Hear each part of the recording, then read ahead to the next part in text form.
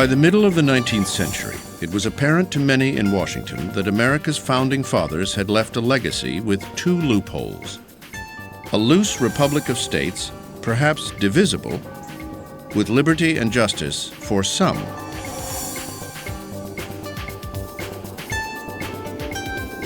In less than 75 years, the republic had grown from a colonial possession into a continental nation.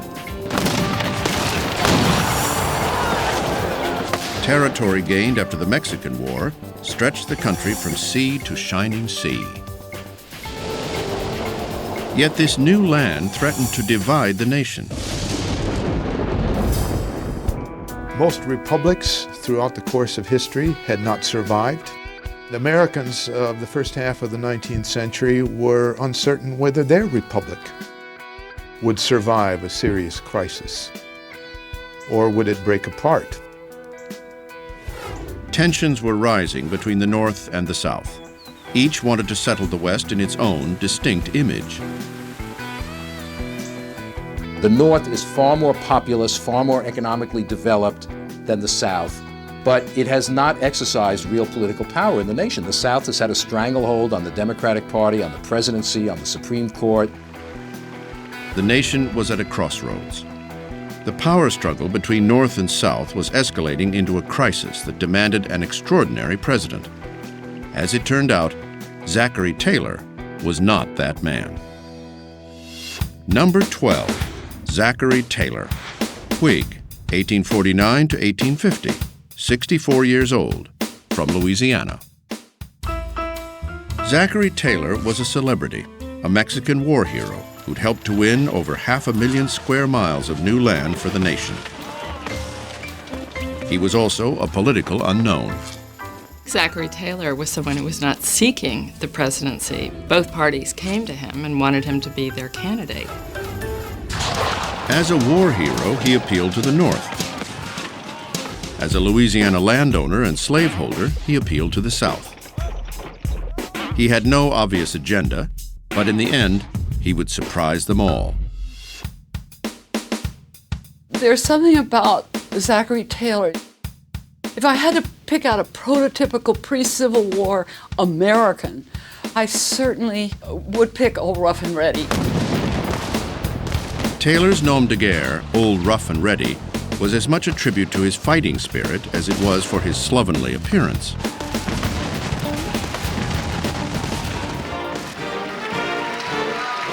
He had none of the polish of a professional politician and was not a great communicator. Taylor had never registered to vote and didn't even vote in his own election.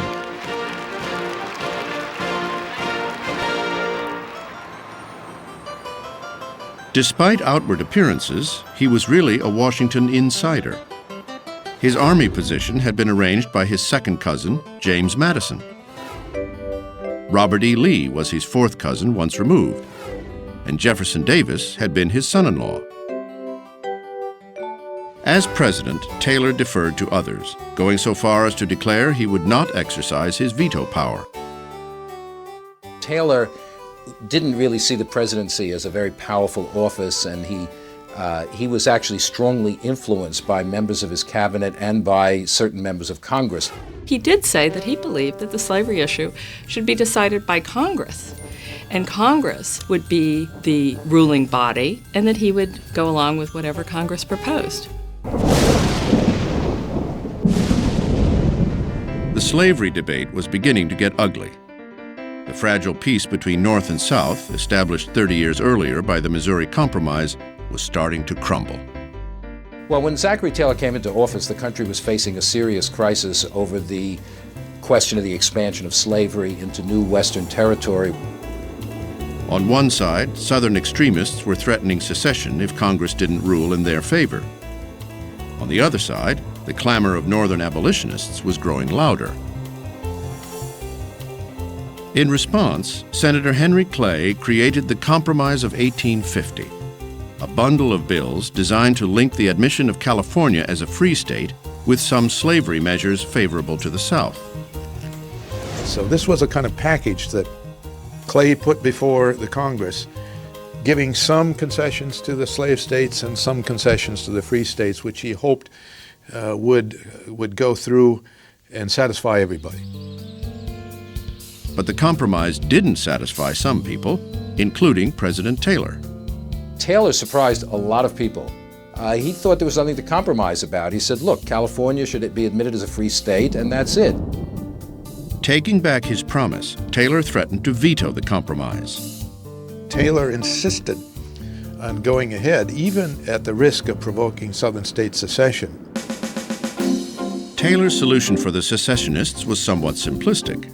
I'll hang him. And I might start with my son-in-law, Jefferson Davis, who was a senator from Mississippi at that time. I think his best moment was simply affirming the integrity of the nation in response to threats of disunion that were coming from the South as the controversy over the Compromise of 1850 intensified. Barely a year into his administration, Taylor was evolving into an ardent Unionist. On a hot 4th of July in 1850, Taylor took a break from the political infighting to preside over a groundbreaking ceremony for the Washington Monument. Scorched by the summer sun, Taylor sought relief with a pitcher of milk and a bowl of cherries. Within hours, he complained of severe stomach pains. There are people who were proposing that he was actually poisoned by arsenic, that there was this conspiracy to get rid of him. Taylor died 5 days later. Most believed he succumbed to gastroenteritis, an inflammation of the intestines. But there were lingering suspicions of foul play. It would take more than a century before anyone would know for certain. In 1991, an historian convinced Taylor's descendants to allow his body to be exhumed. Forensic analysis revealed no signs of foul play. Instead, they determined that a form of cholera was the most likely cause of Taylor's death. As far as I'm concerned, he definitively was not poisoned with arson.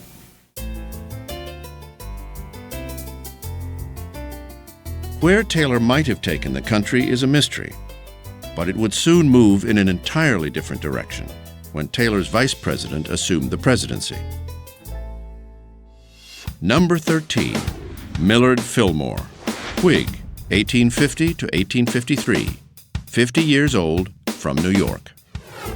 Unlucky number 13, Millard Fillmore was an accidental president. Some have called him the Gerald Ford of his day.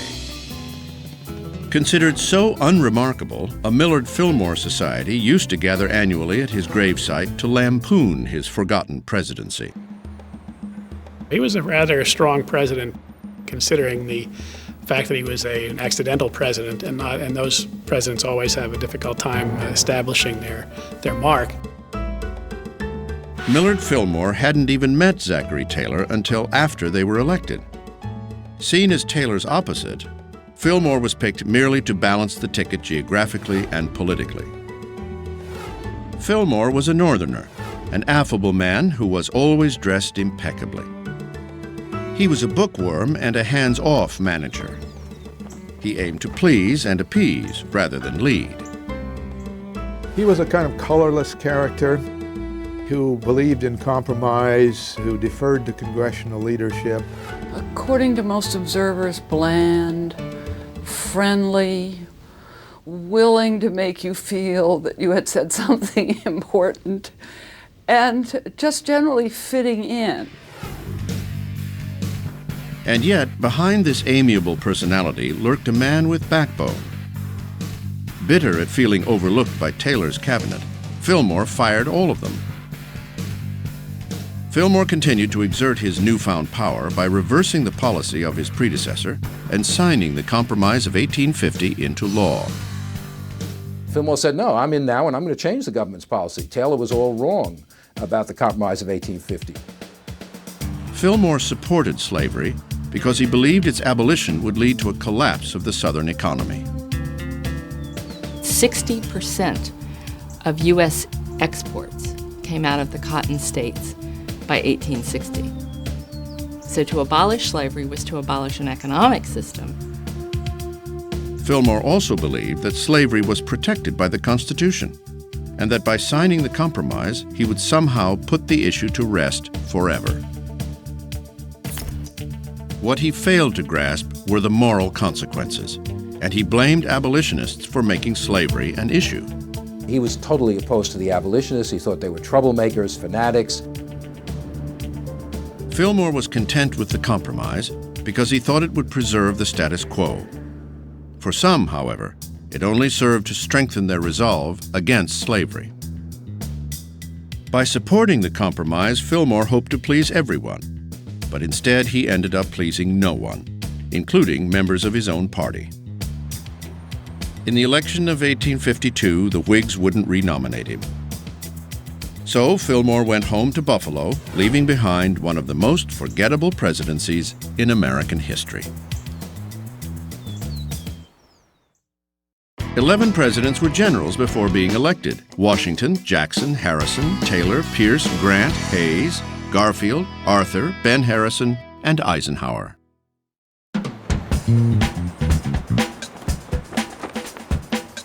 It was 1852, and the tenuous strands of the Compromise of 1850 were barely holding the nation together.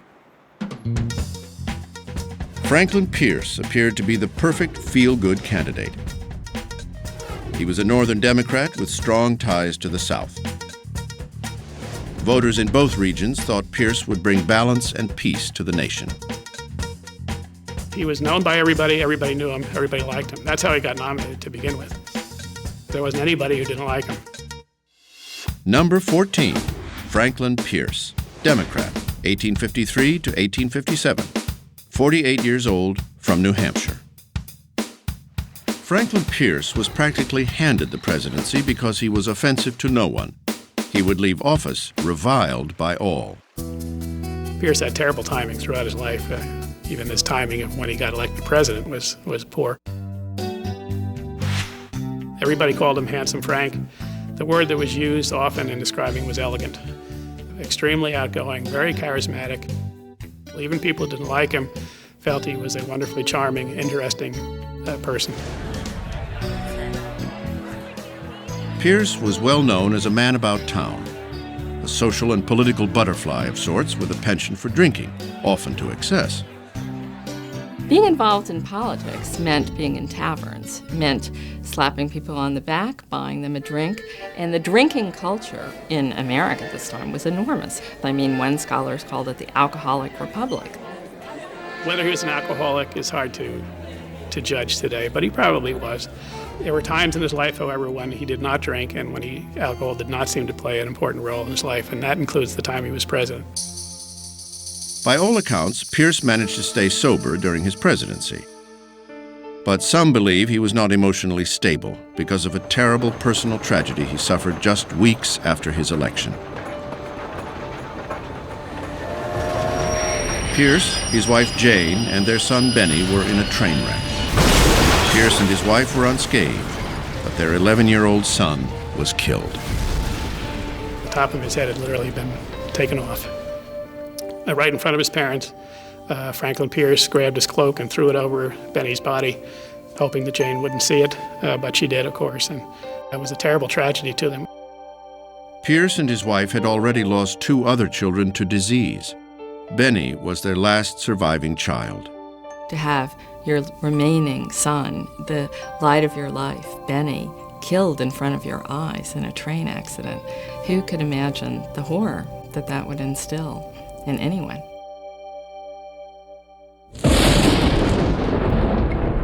Added to Pierce's troubles was the death of his vice president, William Rufus King, 6 weeks after the inauguration. And things were about to get worse. Early in 1854, Pierce received a visit from members of his own party, including Illinois Senator Stephen A. Douglas. Douglas informed Pierce he was sponsoring a bill called the Kansas-Nebraska Act. The Kansas-Nebraska Act is one of the key moments in all of American political history. The act was designed to repeal the Missouri Compromise of 1820, which banned slavery in states above the southern border of Missouri. The intent was to let the new territories of Kansas and Nebraska, both north of the boundary, decide for themselves if they wanted slavery or not, Douglas promised to make Pierce's presidency a living nightmare if Pierce didn't support the scheme. The president should have said, no, you're opening a can of worms, a hornet's nest. But no, Pierce is weak, Pierce can be bullied, and Douglas forces him basically to say, okay, the administration will support this. And so Pierce basically caved into them. And as a consequence, most of the Northern Democrats in the Senate and exactly half of the Northern Democrats in the House supported the bill, and that was just enough to get it through Congress. Anti-slavery groups in the North just went berserk over this bill. They went ballistic. Among the outraged was a little-known politician from Illinois, Abraham Lincoln. Lincoln was so angered by the blatant pro-slavery act that he helped create a radical new political party to oppose the expansion of slavery, the Republican Party. Previously, he talked about slavery now and then, but basically he'd just been a fairly ordinary Whig politician. The Kansas-Nebraska Act brings Lincoln back into politics, and it brings him into politics as a spokesman against the expansion of slavery. It galvanizes Lincoln. Meanwhile, in the Kansas Territory, anti- and pro-slavery settlers were literally fighting it out. On May 21, 1856, pro-slavery forces burned the abolitionist stronghold of Lawrence, Kansas, down to the ground. The whole political situation begins to disintegrate, and Pierce is completely incapable of putting it back together again. Pierce failed to see his role in the deterioration of the Union. He genuinely thought he had a shot at a second term, but even his own party rejected him. Pierce returned home to New Hampshire, his reputation ruined. Several years later, after his wife Jane died, he returned to heavy drinking and lived his remaining years as a recluse, perhaps the saddest legacy of any president. Presidents are, what can I say, they're victims of whatever happens both during and after their terms. So I think Pierce's reputation will not recuperate anytime soon. But as tragic as Pierce's presidency had been, it would pale in comparison to his successors. Number 15, James Buchanan, Democrat, 1857 to 1861, 65 years old, from Pennsylvania. James Buchanan is often ranked at or near the bottom in these polls to determine the best and the worst of the American presidents. I think the reason that he's often rated near or at the bottom is because actions that he took during his presidency probably hastened the coming of the Civil War. He did fail, but I think he failed with integrity, and I think he needs to be given credit for at least trying. I think that he should be maligned, but we've got to get it right. Really, what he deserves his last place rating for is near treason. James Buchanan was one of the most politically accomplished presidents America has ever had. He had been a congressman, foreign minister, senator, and secretary of state. What he'd achieved in life was due to hard work and a fastidious nature. He would stay up late at night to attend to the smallest of details. Buchanan was different in another way. He never married and is often referred to as America's only bachelor president. There are folks in the United States who say that James Buchanan is our first homosexual president. The allegation arose from the intimate friendship he had shared with Franklin Pierce's vice president, William Rufus King, a man he had lived with for 16 years. There really is not a lot of hard evidence. There are 3 or 4 mentions at the time of Buchanan and his wife, or Aunt Nancy. These 2 men are Aunt Nancys. Now, King was part of this circle of dandies, they called them, and there certainly was some sense in this group of men that they were having homosexual relations. It's very hard to make any kind of determination about something like that, even about someone living today, let alone someone living in the 1850s. Buchanan had his charming niece, Harriet Lane, serve as his White House hostess. Since Harriet wasn't Buchanan's wife, she was called the First Lady, a term coined to describe her role. While Harriet presided over social life at the White House, Buchanan presided over a house rapidly dividing.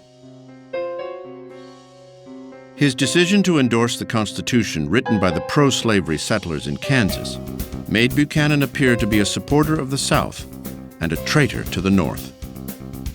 The idea that the president will try to force slavery into a territory where it's clear that a majority of the settlers don't want it completely discredits his administration in the eyes of large numbers of Northerners, including Northern Democrats, not just Republicans.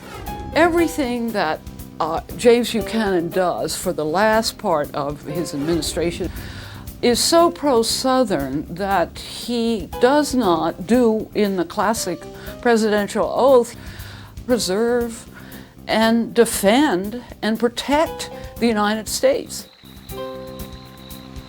Ultimately, Buchanan's management of the battle in Kansas did nothing to settle the slavery issue. It only made it worse. Slavery, couched in the mantra of states' rights, was now the defining issue in the historic election of 1860. On November 6, 1860, Abraham Lincoln was elected president. It was now only a matter of months before the South would lose its ally in the White House. In anticipation of an anti-slavery president, South Carolina seceded from the Union on December 20th, 1860. As a lame duck president, James Buchanan denied the legality of secession, but didn't do anything to stop it. Was he being weak at that moment and indecisive? Probably. Was he scared to death? Certainly. Did he have a sense that this was an incredibly dangerous moment? Definitely. Within weeks, 6 more states left the Union, and 8 slaveholding states sat on the fence, becoming border states. On February 9, 1861, the Confederate States of America, now composed of 7 states, elected Jefferson Davis as their new president. 1 month later, Buchanan's presidency came to an end. He was tremendously relieved to set aside the burden of office and hand it over to Lincoln. On his last day, Buchanan said to Lincoln, "If you are as happy to be entering the presidency as I am to be leaving it, then you are a very happy man."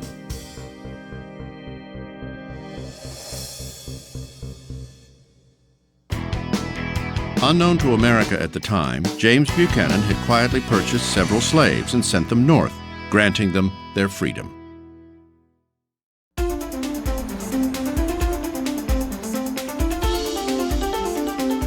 Abraham Lincoln's presidency was so remarkable that Lincoln himself transcended the presidency, becoming an American icon. Today, Lincoln is seen as a marble figure, a martyr, a phenomenon. Lincoln was the father of a second American Revolution and the political legacy we live with today. One nation, indivisible, with liberty and justice for all. Yet none of this was ever Lincoln's original intent. Number 16, Abraham Lincoln, Republican, 1861 to 1865, 52 years old, from Illinois. Lincoln was a conservative in the sense that he wanted to preserve and restore the Union as it had existed before the secession of the southern states and the beginning of the war. But the very events of the war pushed him step by step to the left, toward a more radical position, which eventually became revolutionary. Lincoln was not the great emancipator. He becomes the great emancipator, to some extent against his own intention. I think that Lincoln shows you what greatness is, really. It is the capacity to grow, to understand a situation, to change. In Lincoln's lifetime, people either loved him or hated him. One thing they couldn't do was ignore him. He was very magnetic. He drew people to him, young people especially. Young men who were active in politics thought of him as a god. He had a famous sense of humor. He had an amazing storehouse of anecdotes and jokes for every occasion. It would drive some people crazy, even as president. He would have a story ready that would illustrate a point. Hidden behind the humor was a very complex man. Lincoln obsessed over matters and often suffered prolonged periods of sadness, frustration, and even despair.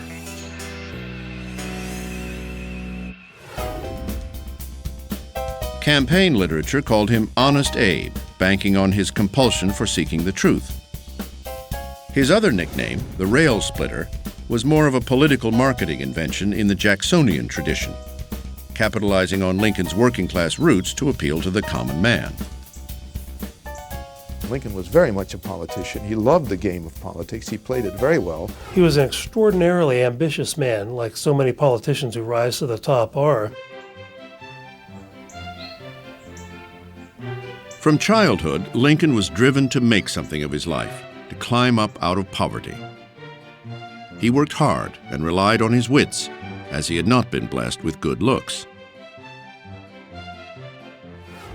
In the South, they attacked him as a scoundrelly-looking wretch, the cross between a nutmeg dealer and a horse swapper, whatever that means. Lincoln turned his appearance into a positive by disarming people with self-deprecating humor. Once, after being called two-faced, he said, "If I were two-faced, would I be wearing this one?" Lincoln was his own best spinmeister. Once elected president, Lincoln chose a cabinet of intellectual equals, just as John F. Kennedy did a century later. In Lincoln's case, 4 of his secretaries had been his political rivals.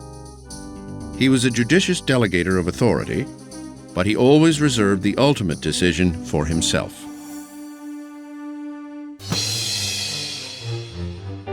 Lincoln's election had been a political disaster for the Southern slave power, but his initial intention was just to halt the expansion of slavery into the Western territories. He said, if I could save the Union without freeing a single slave, I would do that. If I could save it by freeing some and leaving others in bondage, I would do that too. He never had anything but moral outrage about it. But he, like most anti-slavery men, felt that the way to kill it, the way to destroy the institution, was to contain it and let it suffocate from within.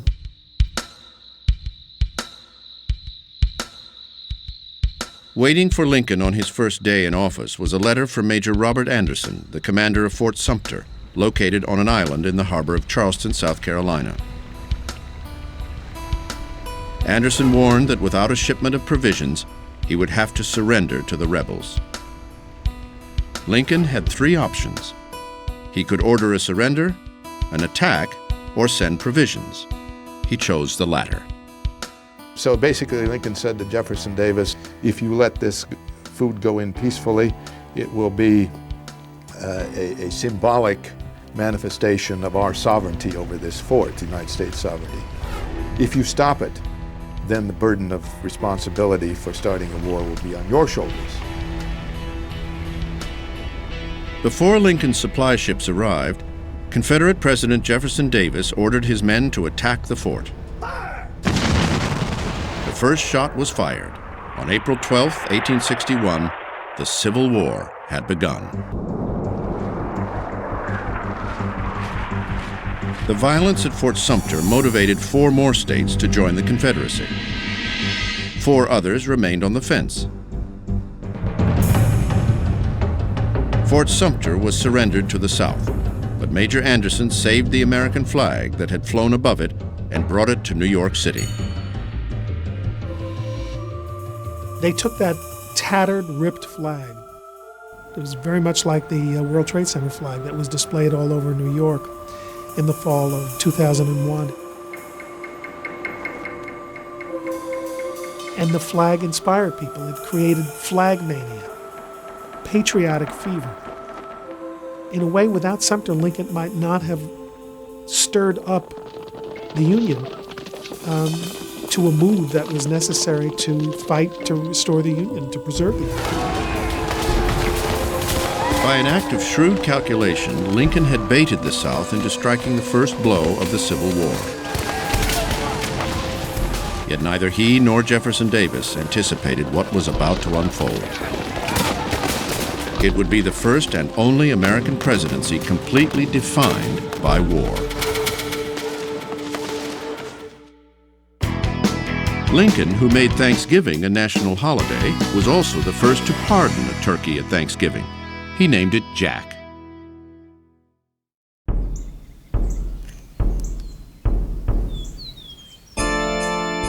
In the spring of 1861, Abraham Lincoln became commander-in-chief at the helm of the military effort to save the Union.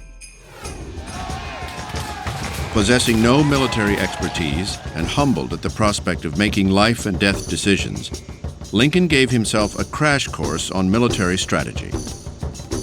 Lincoln did what any intelligent person would do. He went to the Library of Congress and took out books on military strategy and military administration and taught himself. Lincoln also became personally fascinated with the technology of modern warfare. Within a year, he was well-versed in military tactics and strategy. Yet nothing prepared Lincoln for the problems he was to experience with his generals. In August of 1861, Lincoln was furious upon hearing that Major General John C. Fremont had issued an Emancipation Proclamation in the border state of Missouri, becoming the first to free slaves owned by Confederates. Fearing Fremont's action would incite slave owners in all of the border states to join the Confederacy, Lincoln nullified Fremont's action and relieved him of duty. In February 1862, Lincoln's war effort was suddenly rocked by personal tragedy.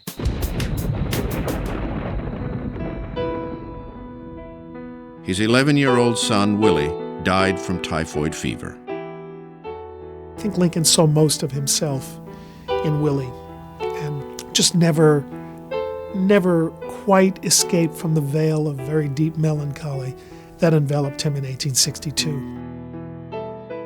In an effort to properly mourn their son's death, the Lincolns decided to temporarily leave the White House and move to the Soldiers' Home, an asylum for wounded soldiers in Northwest Washington. Finding themselves at peace there among the soldiers, the Lincolns adopted the home as their summer residence, turning Lincoln into a commuter for 1/4 of his presidency. From then on, the war consumed Lincoln. He worked night and day, 7 days a week, 18 or more hours a day. He was so anxious to stay on top of the latest war news, he would sometimes stay late or even all night at the U.S. Telegraph Office.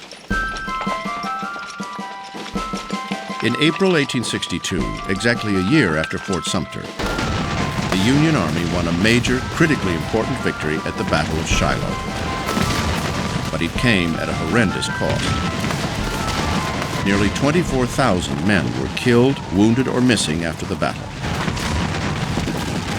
Carnage triggered a turning point when Lincoln and others realized they were going to have to wage a total war. He privately recognized the need to refocus the purpose of the war from merely preserving the Union to addressing the greater moral issue of slavery. In July of 1862, Lincoln confided to his cabinet that he was prepared to surpass the legal powers of the presidency and exploit his unique wartime power as commander-in-chief. He announced his intention to abolish slavery in the rebellious states, not only to undermine the Confederacy's economic strength, but to end slavery in America forever. On September 22, 1862, Abraham Lincoln issued his Emancipation Proclamation to the public. This war, which began as a conservative effort to restore the status quo antebellum, evolved into a revolutionary war to destroy the Old South and its social and economic system. That's the transformative moment in American history. That's the second Declaration of Independence. That's the moment when Lincoln reaches the level of the Founding Fathers, where he fulfills the promise of the Declaration that had been so long denied to so many millions of individuals who had been denied freedom.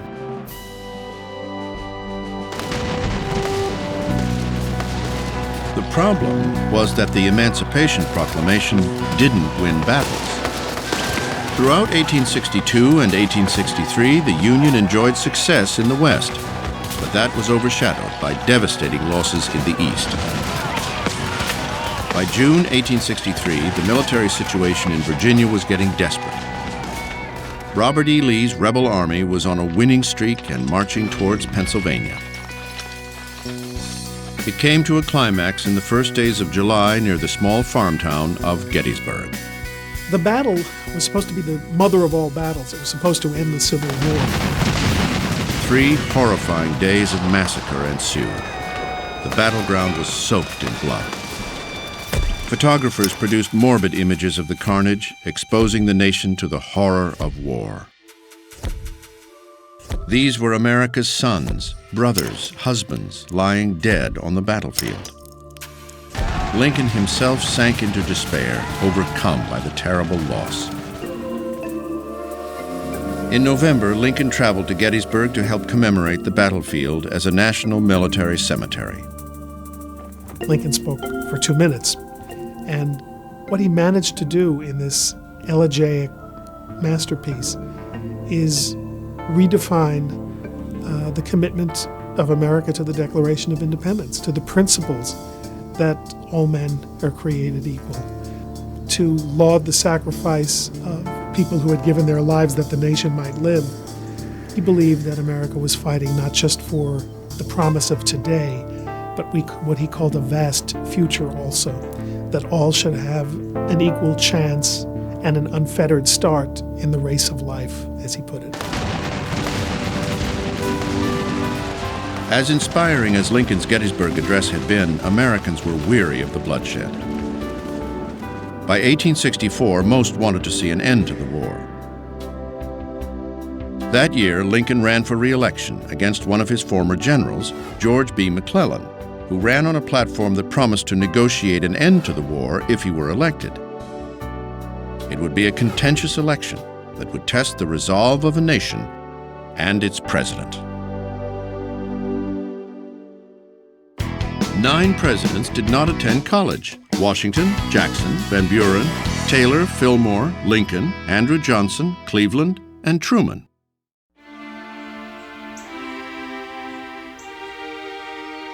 In the fall of 1864, Abraham Lincoln was running for his political life against General George B. McClellan. It was a time when Americans could have ended the war by casting their ballots for McClellan, who'd campaigned on a platform that implied he would negotiate an end to the war and, possibly, repeal the Emancipation Proclamation. But Lincoln is not willing to take those steps that some people say would guarantee his re-election: rescinding the Emancipation Proclamation, agreeing to an armistice with the South, agreeing to recognize the Southern Confederacy. When he did refuse to back away, it looked like it would be at the cost of his re-election, because it looked like he would be defeated. Looking back, it seems inevitable Lincoln's going to win, but it certainly didn't appear that way in 1864.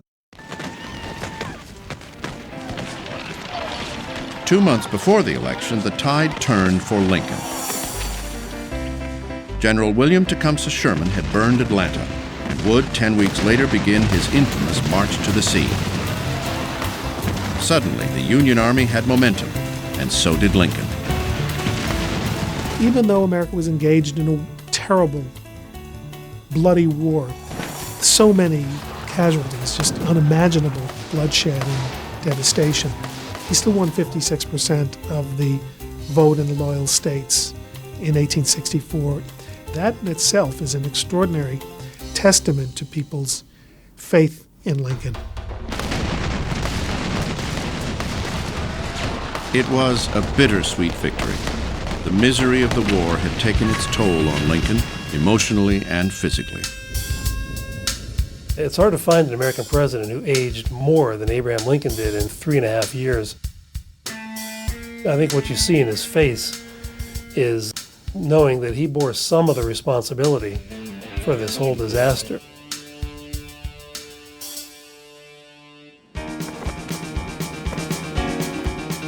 "4 years to the day after Lincoln first took the oath of office, he was taking it again on March 4th, 1865. This time around, Lincoln was a changed man.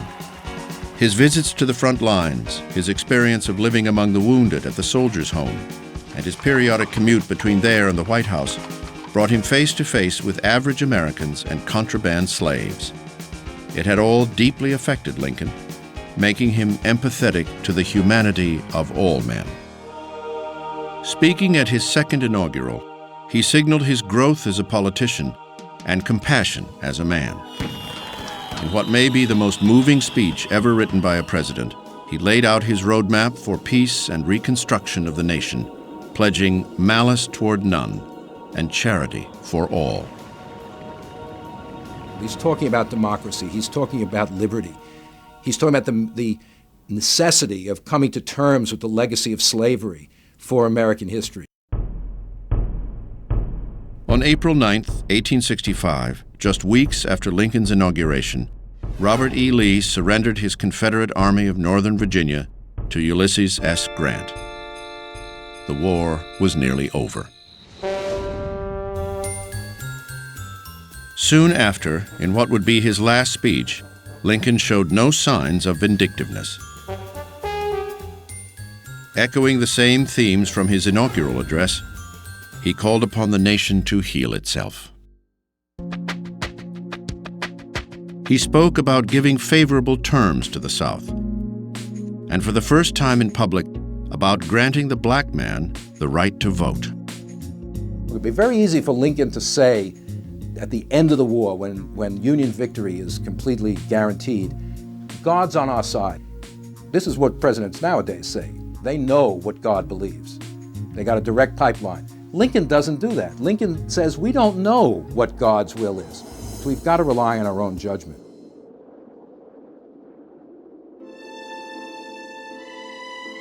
A couple of evenings later, on April 14th, Good Friday, the Lincolns attended Ford's Theater to see the comedy Our American Cousin.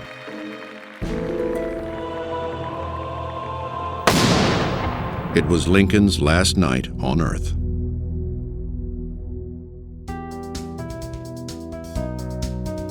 Abraham Lincoln had grown up revering the Founding Fathers and the American democratic experiment. It was because of this first revolution that Lincoln was able to enjoy political freedom and equal opportunity. But by trying to save the republic the Founding Fathers had created, Lincoln transformed it and himself. Lincoln faced the greatest crisis the country had ever seen, and he rises to the occasion. But in rising to the occasion, he changes his views. Lincoln came to see that everyone, no matter what their race, creed, or religion, had a right to live the American dream.